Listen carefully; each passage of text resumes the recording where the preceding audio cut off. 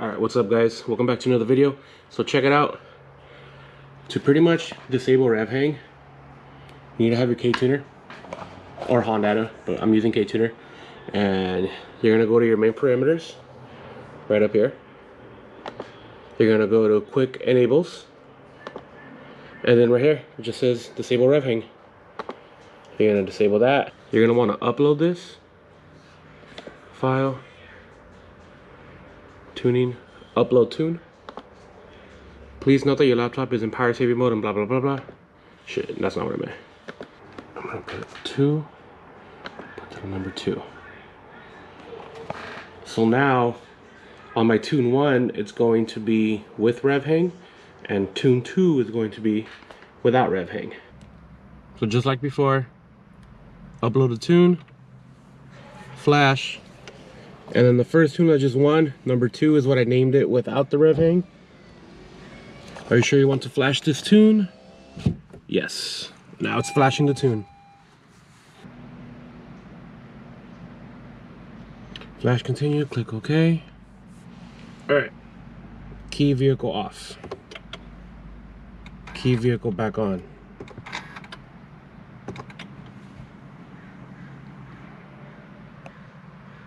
Okay, we should be good to go. Again guys, because you just uploaded a new tune to it, you have to let the car just sit, not sit for a bit, but drive normally for about 15 minutes, maybe 20 minutes, until all the sensors and the ECU pretty much closes the loop of the tune that was just put in right now. Oh yeah.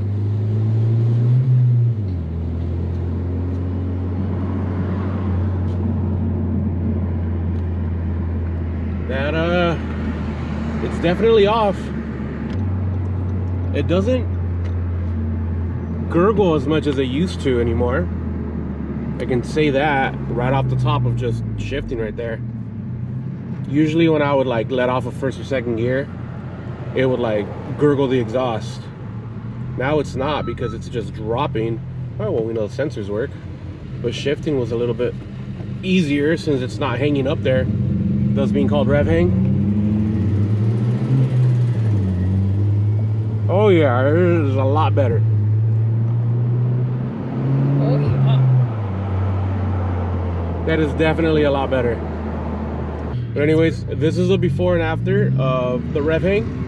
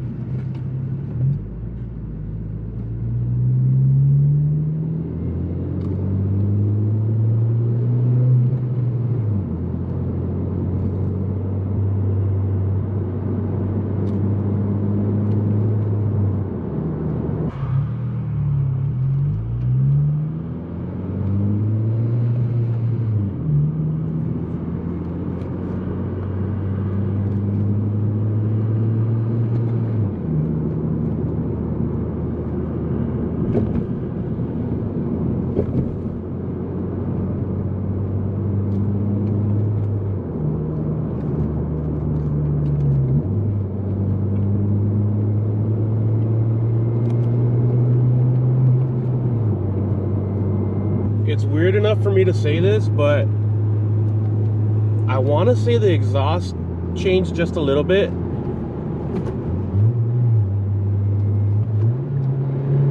Okay.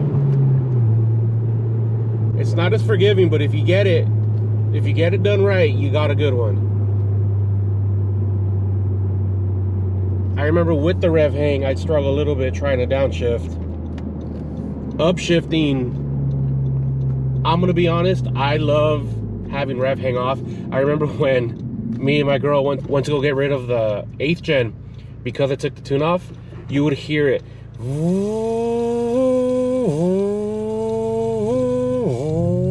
Like the rev hang is so bad on the 8th gens compared to what people are saying it on here. At least stock, and because I still had the exhaust in it, you were able to hear the rev hang literally. I think I figured it out. It's very, very similar to how my 8th gen was. When you let off the, it's almost like it's gurgling while it's moving, if that makes sense. almost like a gurgle tune, like the God mode from Phearable, but it's not. It is not at all. I didn't even get that. I just got the regular tune.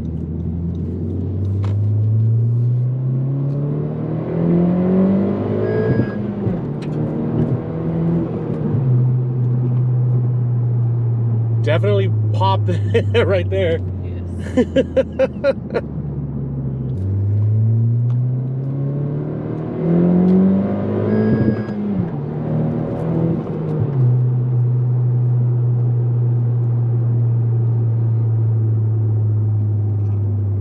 Definitely popping more at redline.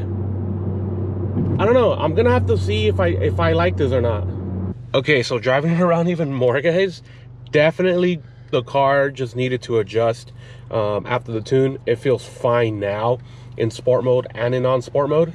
So I have no complaints on this. I will say though, driving it without rev hang does make it feel a little bit more raw and driver oriented, like how my 8th gen felt. Because rev hang was active, it helps you with shifting. Rev hang versus no rev hang is not maybe, sort of, kind of. It's you love it or you hate it. I love having rev hang disabled. That's how it was with my 8th gen. It feels me more connected with the throttle. I will say I do gotta rev up a little higher before shifting, because if I shift early, car will bog just a little bit. But downshifting feels so much better. We're gonna take it to the house now though, so I'll see you guys in a bit. All right, well, I like it. You're either gonna love it or hate it. It's not for everybody, so hopefully, it was weird because it was my first time doing it with this car. So maybe it was because I was so used to it, but it does make sense that you gotta let the car run a little bit. That way it closes the loop, and the ECU loop is, if I remember correctly, from Phearable.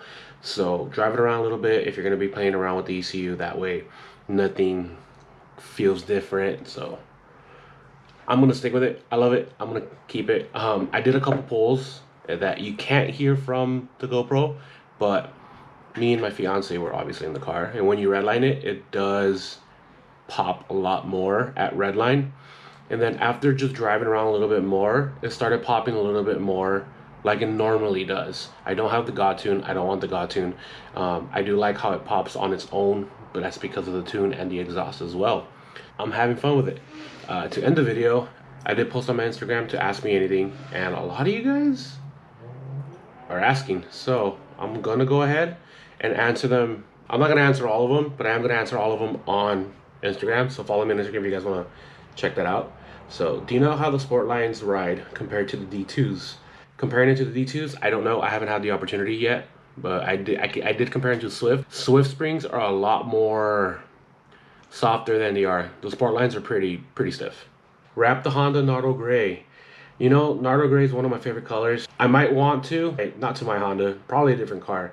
There's a different color on this car that I would want to do that just brings back 8th gen vibes. So, and it's not my Nighthawk Black. Does it come at times that your 8th gen pops in your head again? Dude, plenty of times. There's plenty of times where I think about it. But 10th gen, man. Like daily driver, 10th gen is more superior of a daily driver than the 8th gen. But the 8th gen is a lot more of a race car. Would you rather consider buying another FG2 in the future as a side project car? I already talked about this before. I'm actually going to be looking into an FA5, if anything, only because I already did the FG2 platform. So I would love to try an FA5 and probably do some of that conversion kits and all that stuff. So we'll see what's up. I personally would want a Mugen, but chances of me finding a Mugen by the time I'm ready is going to be very hard and probably expensive, and I don't know if it's going to be worth it. When's the big day, the wedding? January 7th, 2022. Everything's locked down. We're just finished paying it off. So we're ready. K20, K24 Frankenstein in the 8th gen chassis or the 10th gen SI? I would love to see somebody do a K20, K24 in the 10th gen, just because I don't think it's been done yet, but I don't even know if it would actually fit.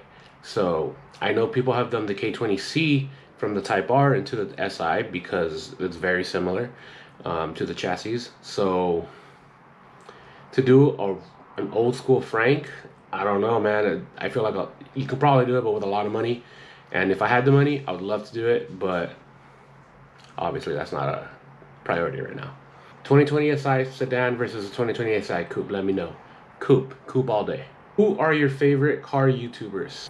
As of right now, I only have one favorite car YouTubers, and it's Gears and Gasoline. I really like how they do all the documentaries with their cars, especially right now how they do the RX-7, how they just finished the USA trip around. So that was really, really fun. I would love to do that sometime of what they're doing and just travel around the states and see how it would be depending with different car experiences. Like, that's dope. As of right now, Gears and Gasoline is my favorite YouTuber. I do watch a couple others on the side, but they're not like, oh my god, they're on, let me stop what I'm doing and watch them. Like, no. Favorite means you're gonna stop what you're doing, you're gonna watch them. Gears and Gasoline. Okay, why the 10th gen over the 9th gen SI? I talked about wanting a 9th gen, but I really wanted something new and I wanted something with a turbo. So I don't regret it. No es pregunta, pero qué guapo Civic. Sigue subiendo videos a YouTube. Voy a tratar para que cuando yo tengo más videos, ustedes lo pueden mirar. Estoy tratando de hacer un video con mi papá cuando le miro, para que él maneje el nuevo. Basically, this guy just complimented me on my Civic, so told him thank you, and I'm gonna try to do a video with my dad as soon as I see him. New car meet soon. Was gonna see you at the last one, but think you didn't go or something. I didn't go because I had something that came up really, that just personal stuff. But it looks like a lot of things are clearing out, so I will be hosting a car meet soon with Hector. It'll probably have to be on the Sunday considering he has Sundays off. So I'll have to request a day off and we'll see what's up. It might be something like on the PCH, we'll just do a cruise or something. But if you guys are located in Southern California and do know of a spot, let me know, comment down below and I'll read everything, that way we can get something going. Alright, but anyways guys, that's gonna be it for today's video. I will see you guys in the next one. You guys have a good day. Peace.